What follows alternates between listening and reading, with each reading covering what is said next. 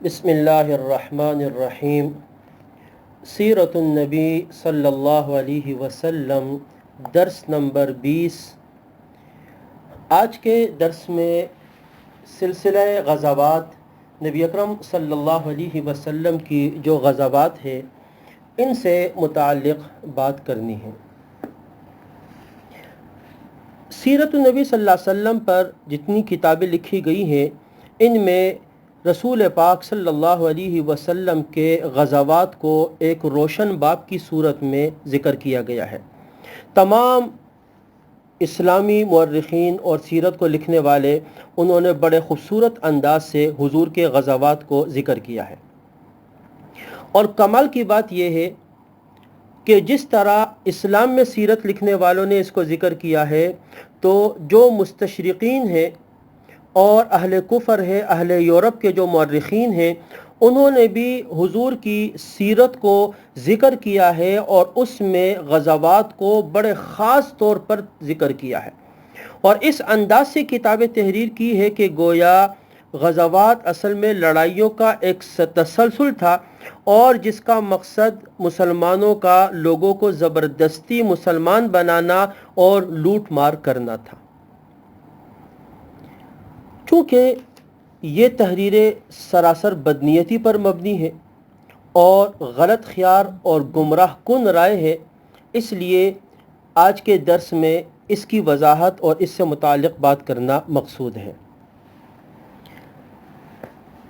نبی اکرم صلی اللہ علیہ وسلم نے جس وقت نبوت کا اعلان کیا، 40 سال جب آپ کی عمر پوری ہوئی اور آپ کو نبوت دی گئی، اللہ کی طرف سے حکم آیا، یا ایھا المدثر قم فانذر وربک فکبر، اے پیغمبر آپ اپنے رب کی بڑائی شروع کیجئے۔ اور رسول اللہ صلی اللہ علیہ وسلم نے مکے کے شرک کے ماحول میں، بت پرستی کے ماحول میں آپ کھڑے ہوئے اور آپ نے لوگوں سے کہا، یا ایھا الناس قولوا لا الہ الا اللہ، اے لوگوں کہو اللہ کے سوا کوئی معبود نہیں۔ یہ کہنا اتنا آسان نہیں تھا، یہ کہنا تھا کہ وہ سب کے سب آپ کے جانی دشمن ہو گئے، آپ کے خون کے پیاسے ہو گئے،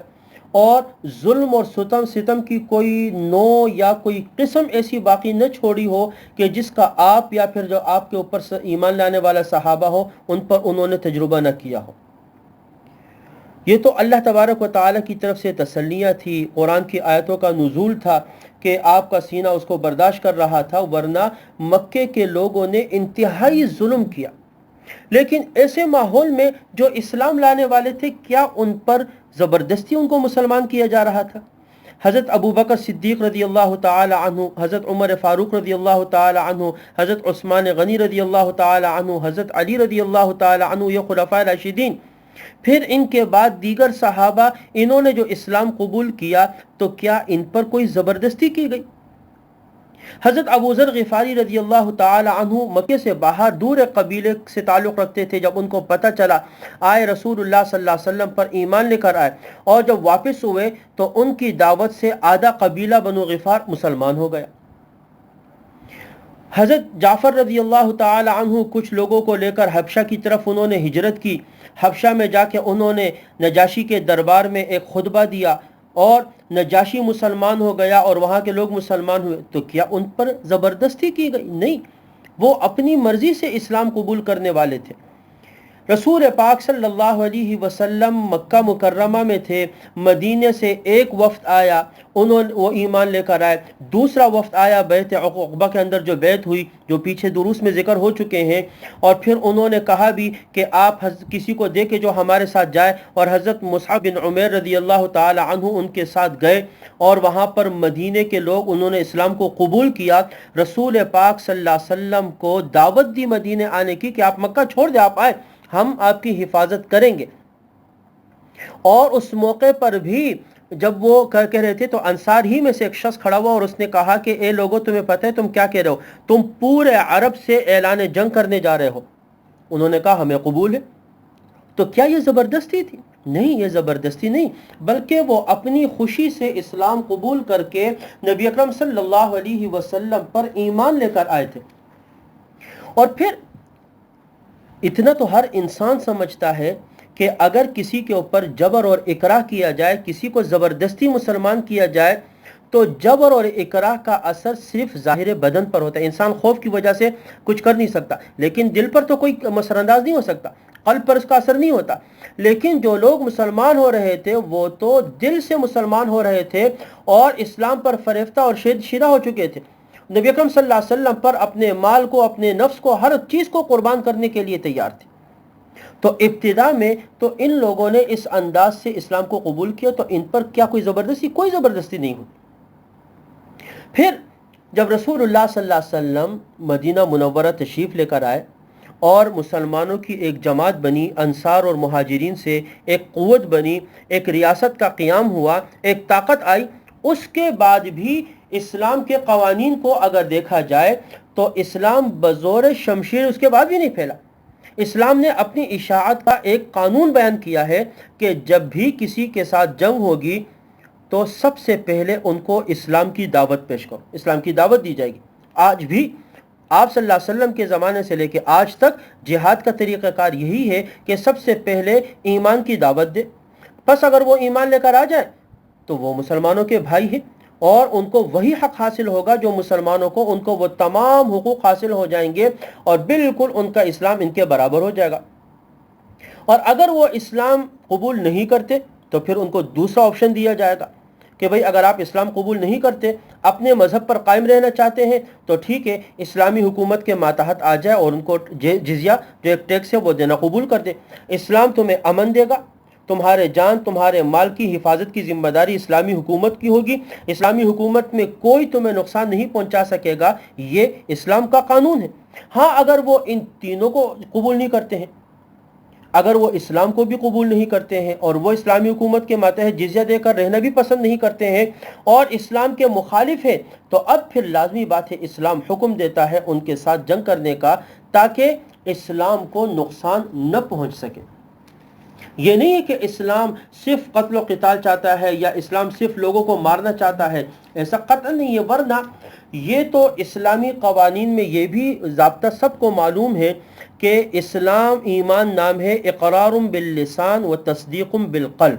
کہ جو زبان سے اقرار کر لے اور دل سے قبول کر لے. تو اگر کوئی زبردستی کسی کو مسلمان کیا جائے تو اگر کسی نے منہ سے زبان سے کلمہ پڑھ لیا اور دل سے قبول نہیں کیا ہے، اسلام نے تو اس کو منافق کہا. اسلام میں تو مستقل ایک باب ہے منافقین کا کہ وہ لوگ کہ جنہوں نے اپنی کسی طمع کے لیے، لالچ کے لیے یا خوف کے تحت اسلام زبان سے تو اس کا اقرار کیا لیکن دل سے نہیں قبول کیا، تو اسلام میں ایسے لوگ تو منافق کہلاتے ہیں. تو اسلام نے کسی کے اوپر زبردستی نہیں کی ہے، کسی کے اوپر جبرن اسلام کو قبول کرنے کا کسی کو حکم نہیں دیا. اور جو رسول اللہ صلی اللہ علیہ وسلم نے غزوات کیے ہیں، جہاد کیے ہیں، تو ان جہاد کا مقصد یہ ہے کہ اللہ کا دین دنیا میں قائم رہے، مسلمان عزت کے ساتھ زندگی بسر کرے اور امن و عافیت کے ساتھ اللہ کی اطاعت کرے. اور اسلام اپنے جو اس کے دشمن ہیں، کافر ہیں، ان کے وجود کا دشمن نہیں ہے. اسلام ان کے وجود کا نہیں بلکہ ان کی جو ایسی شان اور شوکت اور طاقت جو کہ اسلام اور اہل اسلام کے خلاف استعمال ہوتی ہے، اس طاقت کے خلاف ہے. تو جہاد کا مقصد ہی یہ ہوتا ہے کہ کافروں کی اس شان و شوکت اور طاقت کو توڑنا کہ جس سے وہ مسلمانوں کو اذیت پہنچاتے ہیں، اسلام کو اذیت پہنچاتے ہیں، تکلیف پہنچاتے ہیں. اسی وجہ سے جناب رسول پاک صلی اللہ علیہ وسلم نے غزوات کیے تاکہ مسلمان دنیا میں امن کے ساتھ اللہ کی عبادت کر سکے اور اللہ تبارک و تعالی کی عبادت کر سکے. پھر اگر ہم ان غزوات کو لے کے اسلام میں جو رسول اللہ صلی اللہ علیہ وسلم نے اپنی زندگی میں غالباً 26 یا 27 غزوات ہیں جو کل ہوئی ہیں، ان 26 یا 27 غزوات میں جو دونوں طرف سے اسلام اور کفر کی طرف سے دونوں مرنے والے جو ہیں ان کی کل تعداد جو سیرت کی کتابوں میں ذکر ہے وہ 1018 ہے دونوں طرف سے. جبکہ اس کے مقابلے میں جو کفار کی جنگیں ہوئی ہیں، پہلی جنگ عظیم جو 1914 سے لے کے 1918 تک 4 یا 5 سال رہی ہے، اس کے درمیان کافروں کی جو کتابیں ہیں انسائکلوپیڈیا اور وہ جو اس کو ذکر کرتے ہیں 64 لاکھ لوگ اس کے اندر مرے ہیں. دوسری جنگ عظیم جو ہوئی ہے 1939 سے لے کے 1945 تک تقریباً 5 یا 6 سال یہ جنگ جاری رہی، اور یہ بھی کافروں ہی کے درمیان تھی۔ اس میں لکھا ہوا ہے کہ 3 کروڑ لوگ اس کے اندر مرے ہیں، 3 کروڑ لوگ آبادی۔ تو قتل و قتال کرنا یہ تو کفار کا کام ہے، لوگوں کو لوٹنا، ان کے مال کو لوٹنا، ان کو قتل کرنا، ظلم کرنا، اسلام کا یہ حکم نہیں ہے۔ جہاد کا حکم اس لیے نہیں ہے کہ کافروں کے مالوں کو لوٹا جائے یا ان پر ظلم کیا جائے، بلکہ وہ امن کے لیے ہے، اسلام کے لیے ہے۔ یہی وجہ ہے کہ جناب رسول پاک صلی اللہ علیہ وسلم نے یہ غزوات کیے ہیں، اور انشاءاللہ تعالی آگے جو غزوات کے ابواب ہے ترتیب کے ساتھ انشاءاللہ تعالی ان کو ذکر کیا جائے گا۔ اللہ پاک ہمیں صحیح انداز سے سیرت کو سمجھنے کی توفیق عطا فرمائے۔ وآخر دعوانا ان الحمد للہ رب العالمین۔